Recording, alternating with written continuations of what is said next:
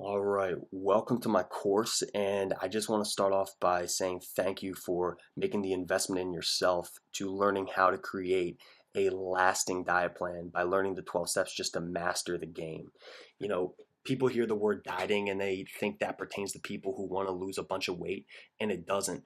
Dieting can be anything from wanting to lose 20 pounds over a set period of time to just wanting to become more knowledgeable and create a healthy diet. And that's what we're going to talk about in the course. It's all here. I'm going to give you all the latest tips and tricks and mental hacks, all backed by literature to help you get yourself on a course to creating the diet that you want, but more importantly, maintaining that diet because over time, it's really easy to get derailed by all the gimmicks out there and all the different opinions people have when it comes to dieting because it's a very controversial subject. So by becoming knowledgeable with all the latest literature, you really will be ahead of the game and you'll have an edge on other people and you won't have to give in to all the different gimmicks and opinions.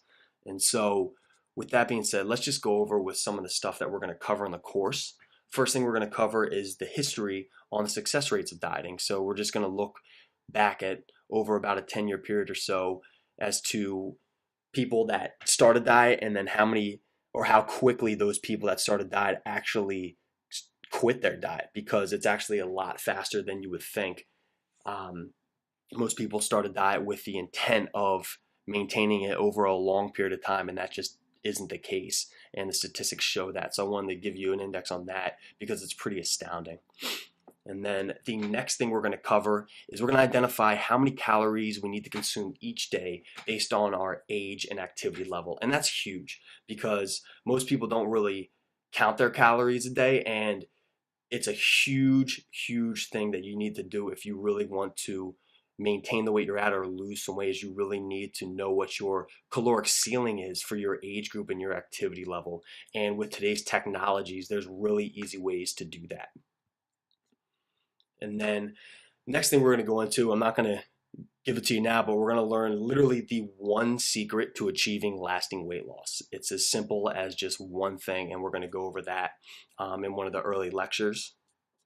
And then we're going to learn how to create a food log to hold ourselves accountable.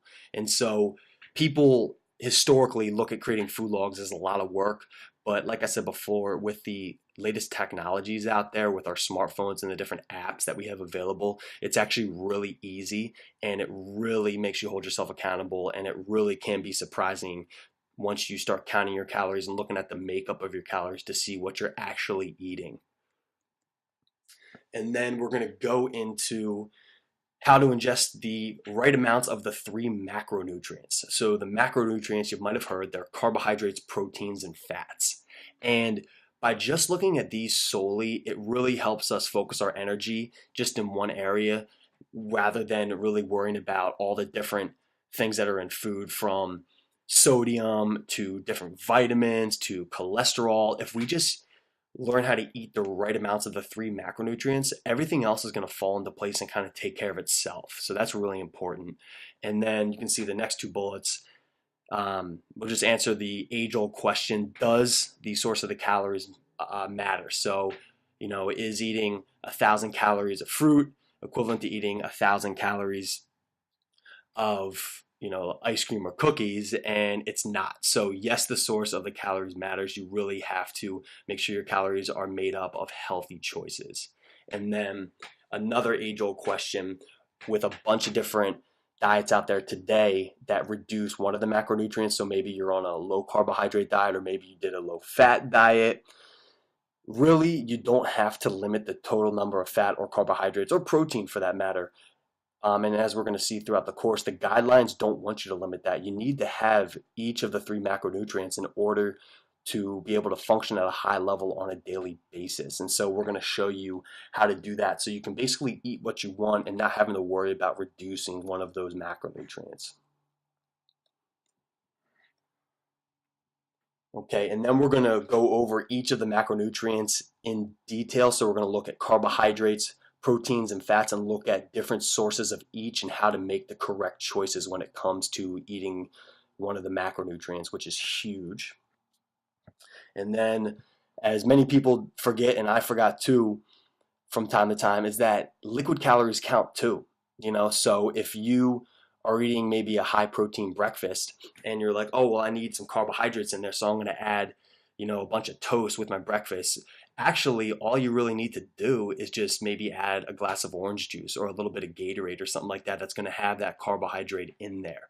And so we really have to take into account liquid calories, and we're going to even go into topics like coffee. I said sports drinks, and we're even going to touch on alcohol because it's all part of our diets as humans. A lot of us ingest in a lot of coffee. I mean, I know I do to get up for work in the morning. I'm making a pot of coffee and drinking it before I'm even talking to anybody. And then on the weekends, a lot of us like to unwind with alcohol. So we really need to touch on that because alcohol actually has a lot of benefits if you apply the right system to consuming it. And so, moving on, then we're going to learn how to set up our plate properly, which is also really big. Once we see kind of the breakdown of how many carbs, fats, and proteins we should be having each day, we really need to look at how many of those, or how it should look when it comes to our dinner plate. And so if you think of your dinner plate as a pie chart, we're going to actually break that down into percentages to look at the makeup of the plate, which is really fun. Okay, and then we're going to just go over a bunch of hacks. So we're going to learn different hacks to help yourself avoid from overeating and overindulging. And then we're also going to learn another secret to help burn calories while sitting down through the magic of grazing. And so what I mean by that is literally by doing this method of what I call, or what is called grazing, you're literally going to burn more calories at rest. And so by grazing, you're sitting on the couch, your body's literally going to be burning off more calories than it would if you didn't use the grazing method, which is really interesting. And then we're going to go into kind of how to learn how to curb negative eating habits by learning the science behind how habits work, which is really interesting because as humans, we are creatures of habit and we don't realize some of the bad habits that we get into on a daily basis. Maybe we're bored at work and so we need kind of to unwind. And so we go to the vending machine and get a bag of chips. When really maybe just stepping outside and getting some fresh air might give us that same satisfaction of unwinding and reducing our stress levels without indulging in the bag of chips. And so that's a really interesting topic as well. And so with that being said, we'll get started. I just put this in here because this is one of my favorite quotes.